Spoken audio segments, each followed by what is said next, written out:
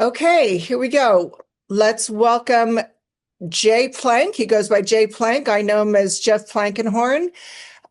First got familiar with him when he was playing out and about quite a bit in Austin, Texas. He was one of my favorite musicians. He's now relocated to Canada, although you do quite a bit of touring, I think. An incredible singer-songwriter, a man who's been in recovery for a while and has a really interesting story to tell. And I think one of the things that made me so excited about getting you on the show was that you're going to be one of the only people I talked to who was in a relationship when he got sober, stayed in that relationship, eventually married that woman. So you've been with her, I'm guessing, at least 15 years now. Almost. I've been sober almost 14, married almost 13. So quite a while. Yeah, sober will be 14 in February, and we got married shortly a little less than a year after I got sober. Oh, wow. Okay, so this will be interesting. I'm going to learn a lot, I think, today. So, yeah, let's talk about that. So, how old were you when you got sober? You said 14 years now. Yeah, so I guess that would be 38. She was Okay. 37. Mhm. So we like to think of ourselves as kind of like second chancers, you know. We thought about having kids at the beginning, and it was kind of like, okay, we waited for a couple of years, and then it didn't happen, and so we were like, and so no kids, just fur babies. Yeah, well, I'm in the same boat. I've never had children, and I met my current husband when I was 54. So you never know what's going to happen. Um, I don't know if you call that a second chancer or whatever. I don't care how many it took me to get there. I finally found the best one. Got nothing wrong with Um, four chances, five chances either. We live in a world where, you know, people can have many lives, and it's all right, you know. Absolutely. But, I tell you something. When I met him, I was 25 years sober. And I swear to God, it took me 25 years to get to to get to the Oh, level of maturity and sobriety, I think that it took for me to become a really good partner. I think if I had met this man that I'm so compatible with at 10 years sober, I did meet someone at 10 years sober, and I was not capable of having a healthy relationship yet. It's, in fact, the subject, one of the main subjects of my most recent book. So it's fascinating to me that you were able to make this relationship last when she saw you, I'm guessing, at your worst, because probably the few years or the year before you got sober, for most people, is the worst year. So tell us a little bit about that. And because this is all about sex and dating and sobriety, but the truth is, it's really about intimacy. It's about the obstacles to intimacy that we experience when we're out there drinking and using, because we don't have the authenticity or the vulnerability or the boundaries for healthy relationships and deeper connection. We're not showing anyone our true selves usually. So there's all kinds of obstacles to that real, true emotional intimacy. And then, of course, sexual intimacy, which is sort of a variation on that same thing. So let's talk about your obstacles back when you were using and you're falling in love with this woman, and presumably she's falling in love with you. And then when you got sober, how that changed, because presumably there were new obstacles that you had to face before things started kind of really becoming more authentically intimate. Uh, I hope that made sense. But yeah, first talk about before you got sober. How would you describe the emotional intimacy between you and your partner? Was it satisfying to you? Did you feel like it was genuine, or were there obstacles? Were there walls? Know how some people feel like they think they need to make a geographical change, and that doesn't really work necessarily for getting sober. I had the ability, because my wife and I were living in two very far away places, to have this place that I would go to where I essentially wouldn't use. And when I was there, besides being a little bit on the old Canadian marijuana maintenance, I was, essentially not drinking, and definitely not doing any type of drugs. And it was not a problem by any stretch of the imagination. It was very easy for me. I was already good at not doing those things when I worked. That didn't become a problem until the very end because I was so passionate about being a professional musician and being comfortable that way. But that sort of long distance relationship made it very easy for me to mask everything that I was doing. And it's that thing where someone's really close to you and they know something's going on, but they don't know what it is. And it's eating it. So intimacy was real in that I was dying to be with this person, really wanted to be with this person. But how honest was I really being if they're not knowing about this other complete side of me? And I mean, that's not real. That's just Right. I not mean, real. she was probably seeing an authentic side of you, but ideally intimacy, when you're with, a committed partner, certainly from their perspective, they're assuming they're seeing all of Yeah, you. exactly. And so it's a little deceptive when there's a whole part of you you're hiding from them. It's a lot deceptive. It's a lot deceptive. Yeah. Truth is, it's a lot deceptive, and I'm really, really, really, really lucky that you know, she stood by me throughout the recovery process and was very, very understanding of the fact that you can't. I have a hard time dealing in absolutes, but one of the things they strongly uh, say you shouldn't do is get sober for someone else. And, you know, she knew I had to do it for myself. She's not somebody who was in Al-Anon. She didn't have a lot of it in her family, some here and there, as everybody does, and addiction and things. But she just kind of instinctively knew that I was going to have to get my act together before we could even think about being, you know. And so what felt like intimacy was also like me being able to kind of run away and fill the hole in my belly, or whatever we like to say, that I usually did with drugs and alcohol, with this wonderful relationship where I'm getting, you know, the love that I don't usually feel like I deserve, and all of those things that we do as addicts, you know. Mhm. Much less the dishonesty and all that. And then I remember specifically, my wife came down to pick me up from rehab after I had gone into a 30-day program. And I think she'll be okay with me saying this. But she came down from Vancouver Island to pick me up and see kind of how things were going. And we got in the car, and one of the first things I said was, they say that my sobriety has to come first before anything, even you. And my wife said, if I get you like this, then that's fine. I'm okay with that. And that was pretty heavy and pretty amazing, I thought. Wow, it is amazing considering she'd not been to Al-Anon, and she does seem to really have a strong emotional intelligence. Like she somehow knew that it was well and good and right that your sobriety had to come first. Otherwise, there would be no place for her. But it takes a strong woman, which, I mean, let's just sort of assume she is one. Otherwise, she wouldn't have probably gone through this whole thing with you. She must, I mean, there must have been a really strong love between you two, but Yeah, but also I think you're wise to say that. What did you say? emotional intelligence. Yeah. And emotional intelligence, emotional maturity. That's definitely something that I think was she was brought up with. I'm very close with her family now, and they're also very giving and understanding, and didn't spend a lot of time around people who were necessarily addicts. And oh wait, do you drink wine? Just wine? No, no, no. Yeah. We'll do one beer. That's so cute. It's so cute. They just don't know.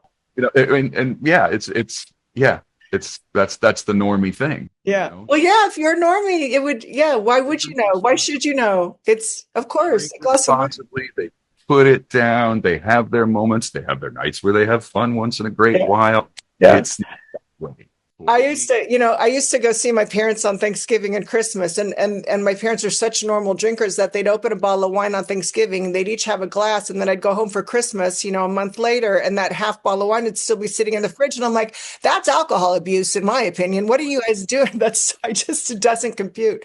Yeah, But I don't think tell it's me it's really finished when there's a little in the glass. It's not finished. no, that's not for you. Don't get up from the table. What are you nuts? But I think it's really true what you said. I mean, they do say you can't get sober for anyone but yourself.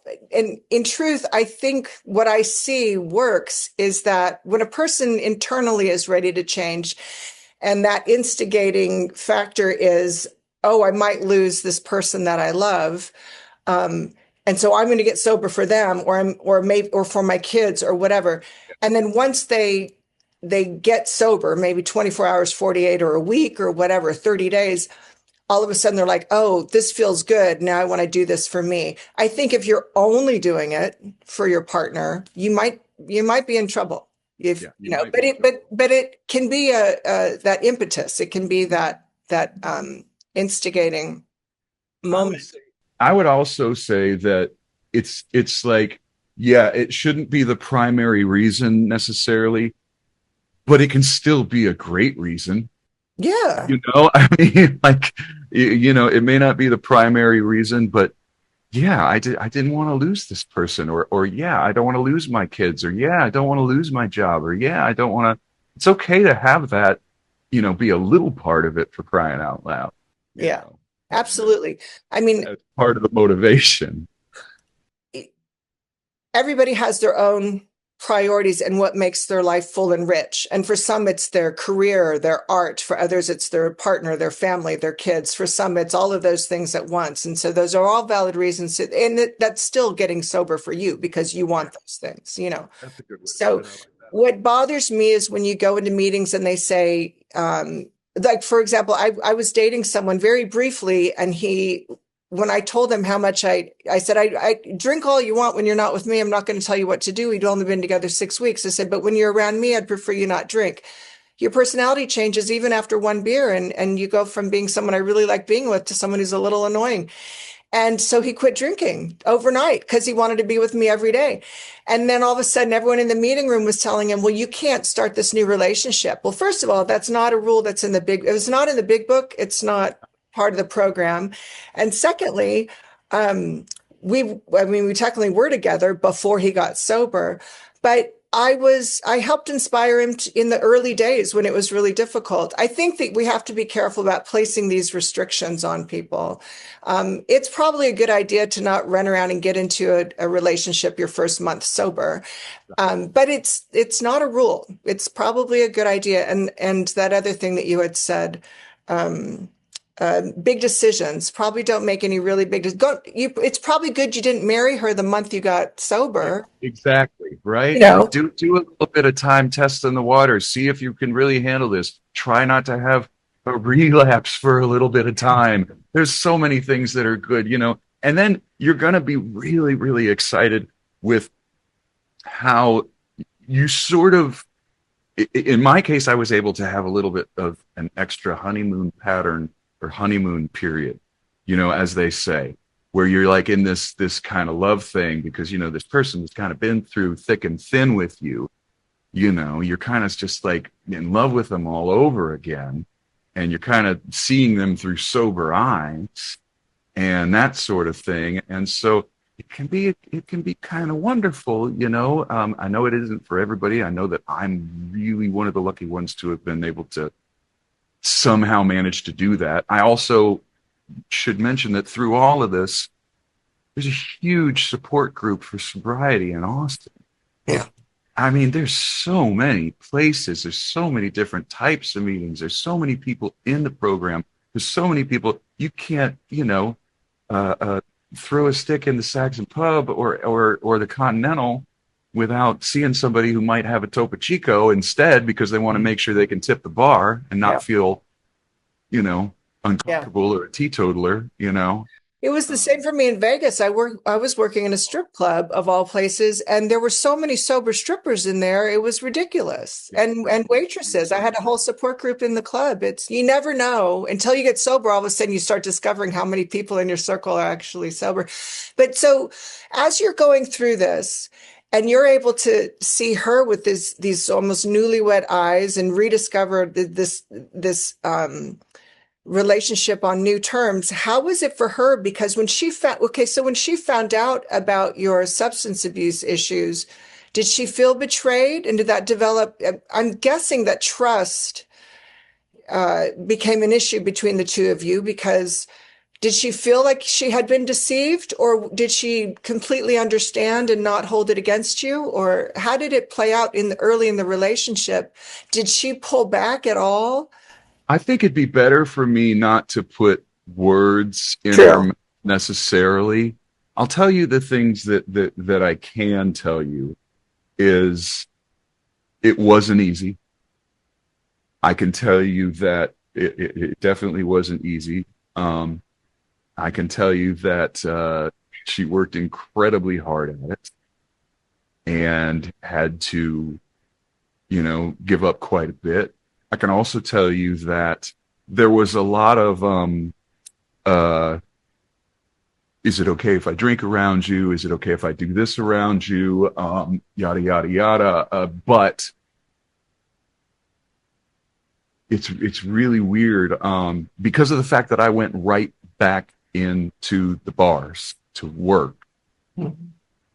I was already kind of bulletproof and doing a lot of practicing, not bulletproof, felt like I had a lot of ammo for situations like that. Hey, let me buy you a shot. I'm not drinking tonight.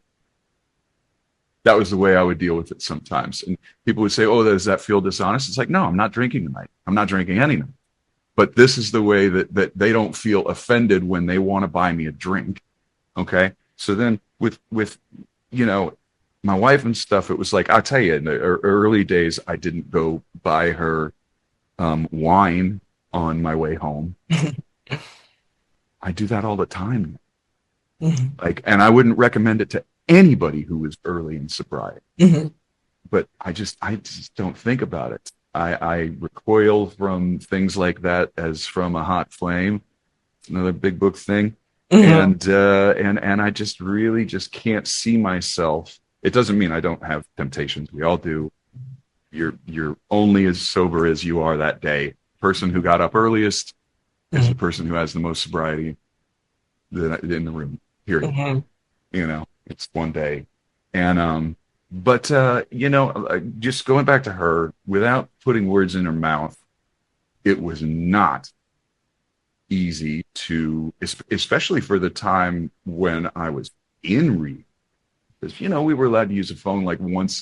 It was like being in jail. You get to use the phone once a week, and I'd call her all the way up there. And then how much are we going to get in a 5 to 10 minute conversation? So I'm sitting there writing her letters every day, old school, Mhm. but it would take a week and a half to get to her Mhm. because it's from, Buda, Texas to Vancouver Island, and it wasn't until we just immediately saw each other that we knew that we were going to be able to work on this.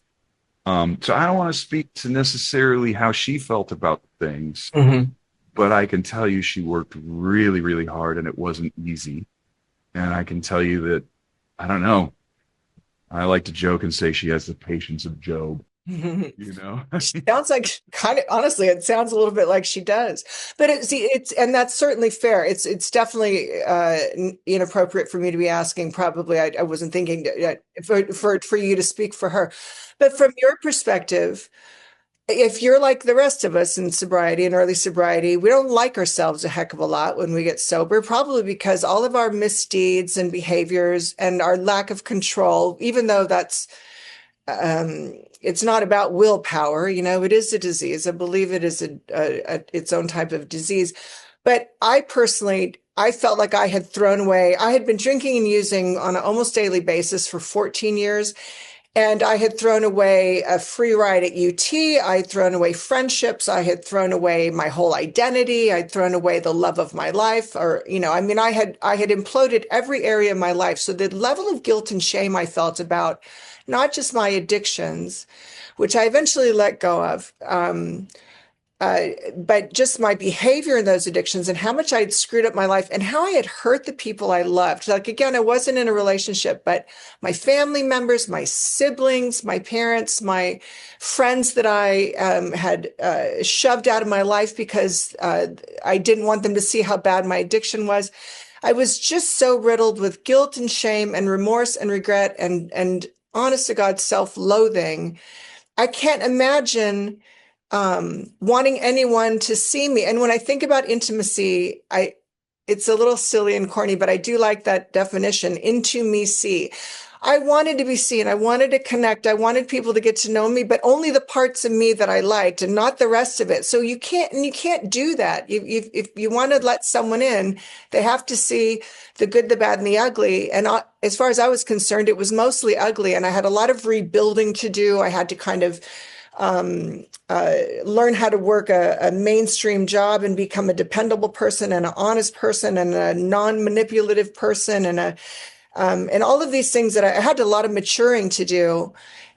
But when I started dating, I could hide all that stuff. I didn't have to tell anyone that I was a former addict, at least not on the first date, right? Whereas you're seeing somebody who wants to see the whole you. And did you feel like you tried to hide that stuff, or did you let her see it all? And how did that feel? Yeah, that's a really great question, because if you think about the guilt and the shame at the beginning, of which you have so much, and how you learn later on to not be so hard on yourself in some ways because there was abuse, there was trauma, there was this almost always, or something in the family or whatever that helped. But as also you're taking full responsibility for your actions at the same time, you have to work kind of a balance between those two things. Well, for crying out loud, when you're working on those things, do you really just like feel attractive? Do you really feel like, hey, I want to show you my intimate side right now? It's tough, Yeah. and then on the same side, it's like, do you really want to push that on the person you love who has been really there for you at that moment? That's the kind of thing that's gonna take a while. Sometimes, I mean, and certainly that's something about sex, love, and intimacy before sobriety, is the lack of inhibition. And that it doesn't even have to be like, I had a lot of things in my life where literally the thought process was, well, I'm not going to be around much longer anyway. So why would I hurt this person by telling them things? And not just my partner, but it was very easy for me to say, well, this is just going to hurt them, so that's why I'm going to keep it to myself. And so once again, that's lying. You don't think of it at the time. At the time you think you're helping somebody, you're being, I don't want to push my problems on them. I don't want to make them feel bad for no reason. They didn't do anything, but, yeah. And it comes out in so many different ways besides intimacy, but intimacy for sure. Yeah. The good news is, and there is good news, in my opinion, you still have to work at it in one way or another every day. But for me, it's 1,000 times better. Mm-hmm. I mean, it's just, my relationships with her, my relationship with family, my relationship with friends. Mm-hmm. It's like, I wasn't the kind of person who would like call my friends and see how they were doing. And then when I got sober, I was like, I had a particular friend who was really good with keeping up with people, and he's a musician and a songwriter, and lives up in Michigan. And one time we were talking, and he said, "Oh yeah, I was just talking to so and so." I was like, "Man, you really keep in touch with people." Like, I have very few people I keep in touch with. And he said, "Oh man, I'm nothing without my friends." Oh, It's like, I know. And like, I'm telling you, like selfish addicts, we don't think about those things during those times. no. But eventually on the other side of things, hopefully you can become a little bit better at it. I've been sober for a long time and I'm only starting to, really daily work on making sure I get in touch with somebody and make sure that, Yeah. and again, this is a little bit off the intimacy subject, but Well, I don't know. I think there are different types of intimacy. There's familial, there's platonic, sure. that you are intimate with your friends to a degree, right? And if you're not showing them the full you, that is a little deceptive sometimes. If the expectation is there that you guys are good friends and you're hiding a big part of yourself from them, that's a wall. That's an obstacle to deeper intimacy. And you don't have to you show your whole self to 10 different people. But if you have a couple guys in your life that consider themselves your good friend and you're hiding your substance abuse from them or some other unhealthy behavior. Yeah, doing something that might actually be derogatory to them or hurt them in some way, Mhm. from you're not telling them, or from that kind of dishonesty shows itself too. And I remember a friend of mine who's touring rock musician once, and he was kind of saying, "Well, why didn't you ever get to X level?"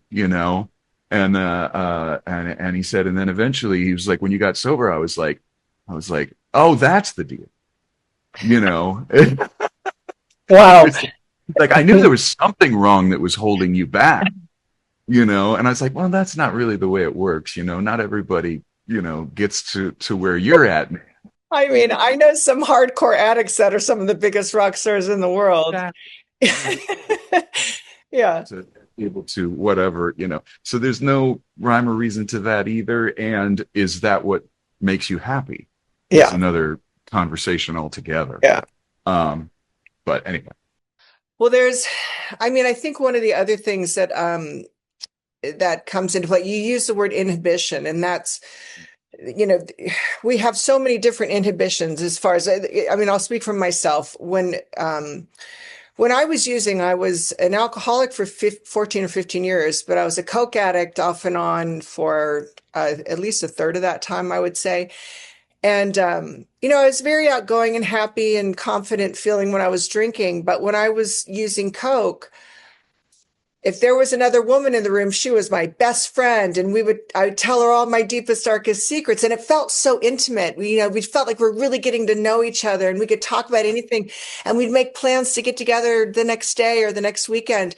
And I'd wake up sober and I'd be horrified that that I'd shared so many personal details. And I don't want to hang out with this person. It was all cocaine driven, but it felt like it was a pseudo sense of intimacy, cocaine driven. It wasn't heart centered. It wasn't coming from a place of really wanting to connect with, getting to know this person, deciding where there's a nice rapport and compatibility here, and maybe we can make friends over time. And let me get to know her a little, and let her get to know me a little. No, it's like, oh, let me just dump everything about me on you and learn all about you, and let's be best friends overnight. And it's pseudo intimacy, and it's there's another type of intimacy that in my using days that I used that was pseudo intimacy. I would use sex as a way to feel intimate with a partner. Back then you'd go to a bar or a party or a club, you'd get drunk, find a guy that turns you on, flirt with him, go home, have wild, uninhibited sex. And if he was still there in the morning and you both woke up sober, you'd be very shy with each other, but maybe you'd exchange numbers and see each other again. but the night before felt so intimate. And yet the next morning you can barely, look the guy in the face. So it wasn't real intimacy. We had all these little fake ways of feeling intimate. And then you get sober and you can't do that anymore. I was such a bad flirt when all I wanted to do was be able to flirt with a cute guy when I got sober, and I couldn't do it. I was either too aggressive or too subtle. And then if I got it just right and he picked up on it and flirted back, I'd get all freaked out and run away and hope that he would chase me. But why would he? Like I just couldn't, I couldn't do anything that other people seemed to kind of figure out in high school and college. I mean, you were in a relationship, so I don't know if you had any of those types of issues. Well, But what I could tell you, if you don't mind me breaking in on please, something, what I can tell you is this. That's one of the good things about being kind of focused on one person is I had to go through different things, but not that. Two things that I'm really, really glad I don't have to be involved in the dating scene for right now, or even when I got sober, and now when I got sober, I'm really, really glad I didn't have to go out there and put myself out there, and now because of dating just being a completely different thing and being now say again. so dating being such a completely different thing with apps, with not meeting someone face to face, with this, with that, I mean, it's just like It's very different. God, people will say there's a joke about God made guitars so that guys like me could meet a girl, and to a certain extent, it's a little bit true on my part. I don't think that because, Hey, listen, that's why Joe Walsh picked up a guitar. I'm not kidding. Yeah. and a guy who that, you watch something and you see him and you go, man, I know it's great to see him. So, you know what I mean? It's just like, I don't want to judge anybody and I don't want to mess with his recovery or put some sort of onus on him because everybody's this close to a relapse if you're not working on it. But there's been a number of people in my life where there were a couple of different things. There was, man, it's good to see them thriving. And then the other thing is, oh man, if they could do it. I don't think I was that bad compared to such and such, and compared to such and such. And, you think your rock bottom is the rock bottom of the world. And there's always somebody who was, I mean, I met a lot of guys in rehab that were left rehab and went back out under the bridge. Mm. Literally. They didn't have the support group that I had. Mm-hmm. And what you can do for service is do your best to try and help those people. But if they don't have it besides you, they don't have as good a chance of having the luck, and having the chance to get sober and to have community and people that want to help them and stuff like that. It's infinitely harder. So, man,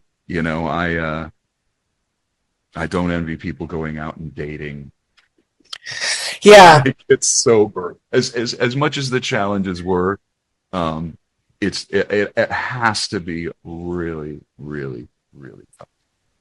I mean, I tell you, I see some people get sober and maybe they stumble a little bit with dating. They frequently get move too quickly in a they meet someone that they're mildly compatible with and they're in a committed relationship a month later. I think part of that comes from the fact that a lot of the reasons, certainly myself, one of the reasons I started drinking at all was because I felt so emotionally isolated, right? I had a lack of connection with people. I kind of started shutting people out at a young age because I didn't know how to handle the pain that I experienced in my home and in most relationships. And so I just would shut people out. Well, so when I got sober, there was a vacuum. I just desperately wanted connection. And, but thankfully nobody really wanted to date me for the first couple of years of my sobriety. There were nobody I was interested. There were one or two guys I met that I would have liked to date, but they had no interest in me. Rightfully so. They were a little bit too smart for that. But I see some people come in and they're in a relationship in, 6 months or a year. But then, and oftentimes that first one doesn't really work out because you've moved too fast but then they make a few mistakes and kind of figure it out. And then within 2 or 3 years, they're in a really healthy relationship. My first real relationship was 10 years into sobriety, and it lasted a year, and it was a struggle for that whole year because um, I, I I still had a lot of trust issues. I still had some uh, insecurity and I'm not going to say self-loathing, but I was able to get close to him, but I wasn't able to say it. So I think I was an authentic person. I think I had learned to be vulnerable, by which I mean open your heart and let someone in, even though they might leave you and hurt you. They might reject you and hurt you. That's what it means to be vulnerable in a healthy way. Accept the fact that rejection is a possibility whenever you start seeing someone. And if you accept that and tell yourself, if he leaves, if he rejects me, I'm going to be okay. There'll be someone else. So if you're authentic, if you're vulnerable, the third piece of it is really setting boundaries. And at 10 years sober, I really wasn't good at that. And I don't think most people early in sobriety are. And being in a relationship, that's important. It sounds like your wife was good at setting boundaries. Did you feel like that was a stumbling block for you? I haven't really thought about that so much about establishing boundaries. I, you know, It might be more important for the partner of an yeah, alcoholic. yeah, yeah. I think that maybe because of the fact that uh, she doesn't parse her words, she doesn't hold back when she finally says something. She thinks she's an introvert mostly, not shy, but introverted. And so she, unlike me, really thinks about what she says before she says it. And so if I get something out of her that way, then it's going to be pretty clear, you know. I don't mind saying that. I don't think she'd mind me saying Mhm. that either. Um, No, you're lucky. I'm That's attracted I'm apparently very attracted to opposite in a lot of ways. We're very yin and yang. I love being on the road. And as much as she has the vagabond spirit, she said, like you said earlier, she's way too smart to come out on the road with me. She knows that a 2 hour gig is an 8 hour day, yeah. you know, but she's super supportive and loves coming to shows when she does. And is there for like kind of important things and things like that. So there's definitely boundaries within the career. There's Mhm. definitely some boundaries. And man, she's been really, really patient. Because sometimes when you marry a musician, you're like, oh, I know what I'm getting into. And then, a little while into it, you're like, oh, I didn't know I was getting into that. Mhm. Like, I didn't know that I was getting into, he's going to be, having to deal with social media every day. And there's going to be, way weirder hours than just the gigs and all sorts of other things boundary wise. But regarding intimacy, um, I think that we were both just trying to really, really, really just figure out how do we get on day to day and move on from the past, that boundaries got set kind of clear and loudly and stuff like that. And she's really patient with mine too, because like you, in the early days of my sobriety, I was going to a lot of meetings, and that took up a lot Mhm. of time that I don't have a lot of time if you're a struggling musician or you're moving, shortly into sobriety. I moved from being a side person to a front person. And that's a whole nother ball of wax because it's you who everybody's depending on to get paid and that sort of thing. And it's your image out there and all that. Um, but I would say, yeah, I think our balance is good, Yeah.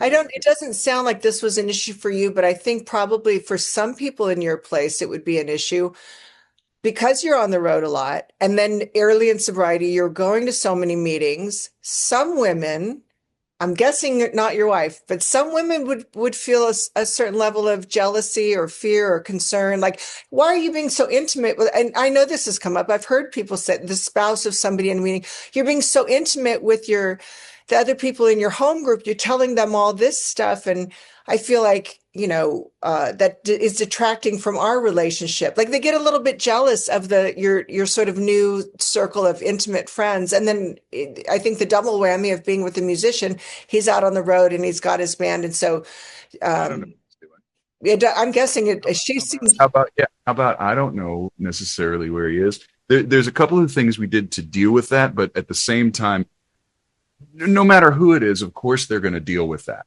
yeah. Okay, of course they're going to deal with that, and they have to figure out their way to do it. One, I became really, really, really. She's just not a person who wants to like check up on me, Oh, nice. and doesn't want to be put in that position because that feels uncomfortable. So that kind of makes you do that. It's like if she's gonna be, like no, I don't want to feel like I'm checking up to make sure he's sober, to make sure he's not doing anything, to make sure there's no whatever, he's alone in his hotel room and all those kind of things. Like we never really discussed that. So I'm safe in bed. Here's a text. Phone ringer's on. Call me if you need me. Call me if you have a bad dream. Call me if anything, And so that helped a lot. But that's not going to help everything. And I think that part of getting away from my selfishness in early sobriety, I was not very considerate about her having thoughts of what's he doing out there, or her having thoughts of who are you being this intimate, right? So I can't speak for her, but I can say that I wasn't very thoughtful about that stuff. And it took years to realize, oh my God, she's dealing with that way more than I thought she was. And because this person is particularly introverted, they're not the person who just like blurts out everything like they wouldn't be saying. Mm-hmm. Why are you going and being interviewed? That they don't want to do that. They want to bottle it, and they want to only talk about it if they absolutely have to, because it's hugely draining, and because it sucks the life out of them. And it's like, why would I want to talk about that? And there's nothing I can do about it. So years in, I'm trying, and to this day, something will happen, and I'll be like, I was not at all considerate about the things that you go through with me being sober or with me being a musician, either one. And because there's so many things about being an addict that you snap back into if you all of a sudden start eating late. For me, I went right to food. Oh yeah, too. I went right to sweets, and I just ballooned. Me too. And it's a constant struggle, and I go up and I go down and I go up and I go down, and this person was with me through all of that too. Me saying, okay, well, I'm going to get a rowing machine, or okay, I'm going to try this for a little while, and then here he goes back up because. But I think that's a real form of intimacy. When I early in sobriety, when I developed an eating disorder that lasted 8 years, and my weight ballooned up, and then I would go on crazy diets and I'd shrink, back down. I had just a horrible relationship with food.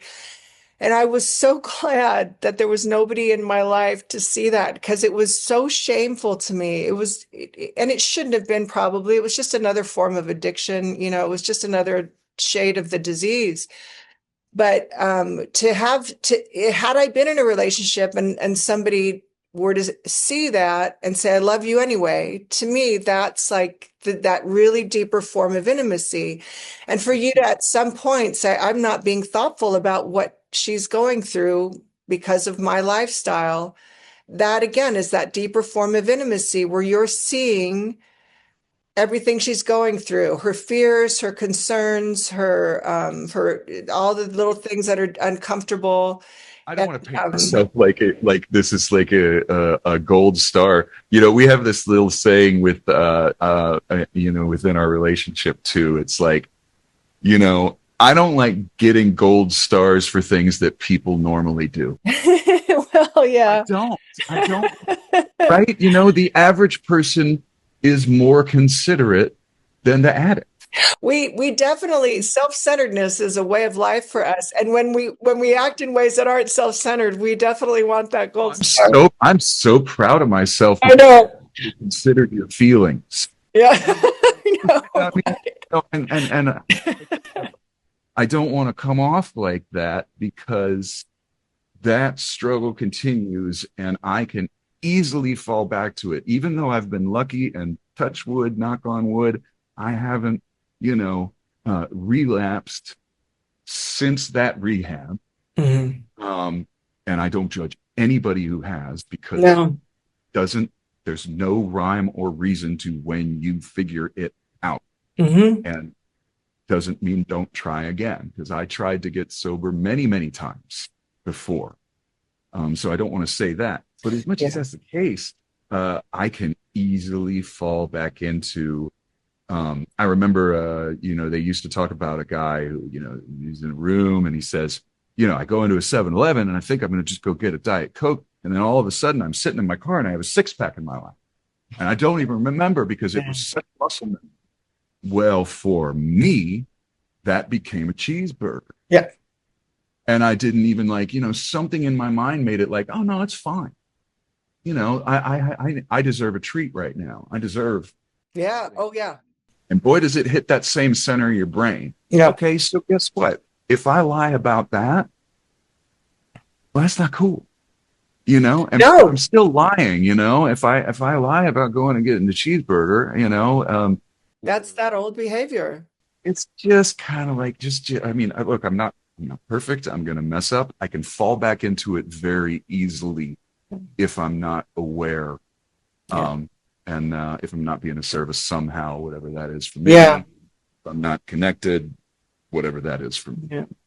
Yeah, I mean, whenever people find out that I didn't relapse on drugs and alcohol, they, not so much people in the program, but other people be like, "Oh, that's so impressive." And I'm like, "Listen, It doesn't work that way. I had an eating disorder for 8 years. I was a workaholic for 10, like a hardcore workaholic. I was a workoutaholic. I would work out 3 times a day. I've done permanent damage to my hips and spine. I, um, I wasn't a sex addict, but kind of in my head I was. I didn't act on it. I was like a dry drunk when it came to sex. I was obsessed with sex, but it mostly stayed in my head. There was another, at least one more. Oh, money. I hoarded money like crazy for the first couple years, and then I spent it like I used it like an alcoholic to change the way I felt. So if anybody was if I had to start my time over based on alcoholic behavior, I'd probably only have 18 years of sobriety, not 28. Seriously. So I'm really glad they don't do that. I never drank again, but yeah, it's And there are also gateways and triggers to you actually reading. So it's really, really good if you can, that next cheeseburger isn't necessarily going to kill me, which a lot of the things that I did in the past would have. right. So yeah, in a way it's better, but lying, no good. Try Yeah. to be rigorously honest as best you can, as really, really, really, really, really as much as you can. Yeah. Much better way about going about things. I do think that honesty, I think deceptiveness and manipulations and half truths, those are probably some of the biggest obstacles to genuine intimacy. You don't have to tell everyone everything about you right away.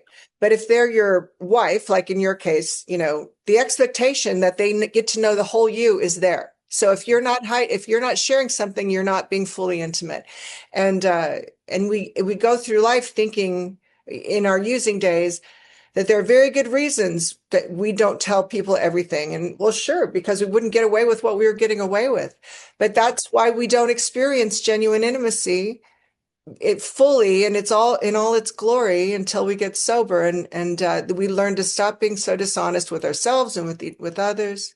So this has been fantastic. Is there anything that we didn't cover that you feel like might be helpful to really specifically people going through what you went through, be in a relationship, trying to make it work and wanting to hold on to that person that you're in love with and anything along that path that might be that worked for you, that might be inspirational for somebody? Is there anything you would tell somebody in early sobriety at all, but maybe particularly someone who's in a relationship? There was something that you mentioned earlier about, you're hanging out with somebody and they become different when they drink. I had an interesting experience about a year and a half into sobriety. I went someplace with my wife and her family, and they all wanted to go see someone play music. And I was like, oh, great, and of course it was like, okay, musician, it's not your show, like stay in the back, like let's go have some fun and that kind of thing. And not said, but kind of like, I don't want to ruin it for people and say, oh, the guitar player, he played that chord wrong or whatever. Thanks. And then come to find out, it's like a couple of guys who were playing, a bunch of covers in the back of a bar. They're playing Eagles covers and they're playing this kind of thing. It's a whole different kind of ball of wax, and I don't want to be the guy who's like, oh, it's not original music, da da da da da. And so I was having a great time. Well, they kind of slowly had a few. And I had this great experience of being the designated driver and being around people who did have fun that way and didn't abuse it. Mm. And it was really the first time I was like, I can be me and have fun with these people, and these people, my family, my new family, and their friends, and it not be weird. I might have drank a few too many ginger beers that night. A lot of sugar in those, but I had a that night, and it was one of the first times that I really felt like I have it under control enough that I'm not. I could still smell whiskey from across the bar. Yeah. Like I know what that smells like, and it triggers something. And I wasn't even that much of a drinker. Just drinking, just kind of.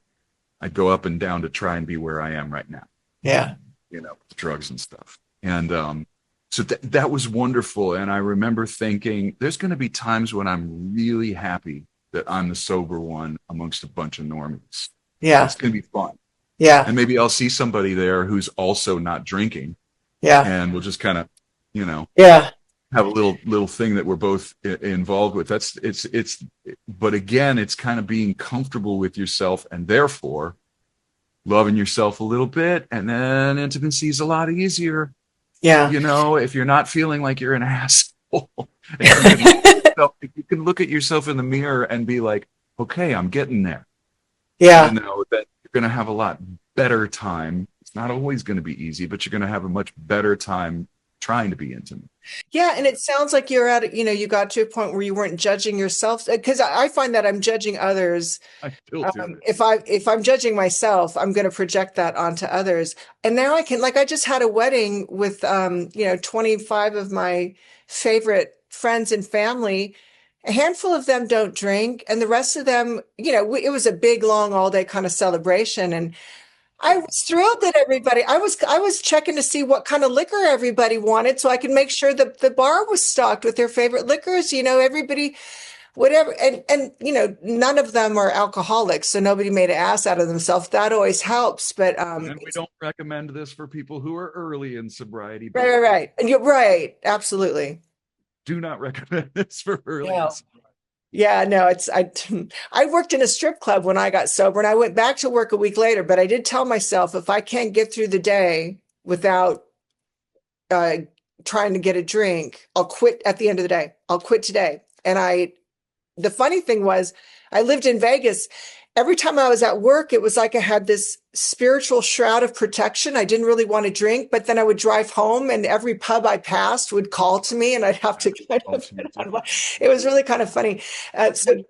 Support group necessarily too. You didn't have those people that were kind of in your corner. I went right back to the clubs. Yeah. I only had one particular, all of the people I played with, because I was still a side person, were very, very, very, supportive of me getting sober. A lot of them were like, we knew something was wrong, but we didn't know what it was. Mm-hmm. And one person, I said, I don't want to go play this particular festival because I know that festival, and I know that it's going to be drug party and I know it's going to be booze party and I know that I'm not ready for it.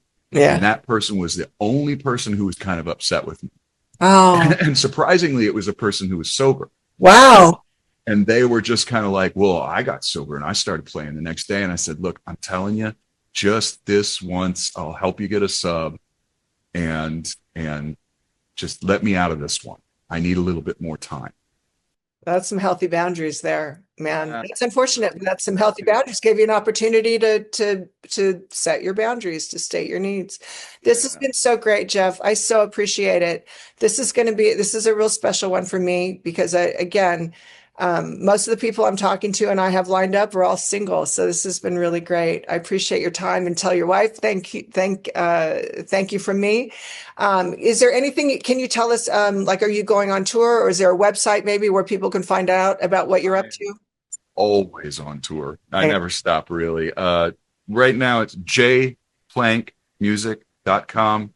That's the hub for everything. If you're an Instagram, if you're a SoundCloud, if you're a Spotify, if you're whatever, you'll find it there. Patreon, my Substack newsletter for like telling people about the road. I like to write about being on the road and I like to tell old stories and new stories. All that stuff's available and I'm pretty easy to find. Jay Okay, Plank. great. Well, I highly recommend it. It's been a long time since I've been able to see you live, but I saw you as a front. I saw you play as a sideman. I saw you play as a front man. You knocked me out. Your first record, just to this day, is just one of my favorites. And so I hope to see you play again soon. And until then, thank you so much from the bottom of my heart. I And appreciate what you're doing. oh, thanks. It's been really fun. It's been a And to joy. all the single people out there, not only sobriety gets easy, but I'm sure dating gets easier too. It does. It does. I'm living proof. Proof. I'm living proof. I promise. All right. Thanks, man. See ya. Bye.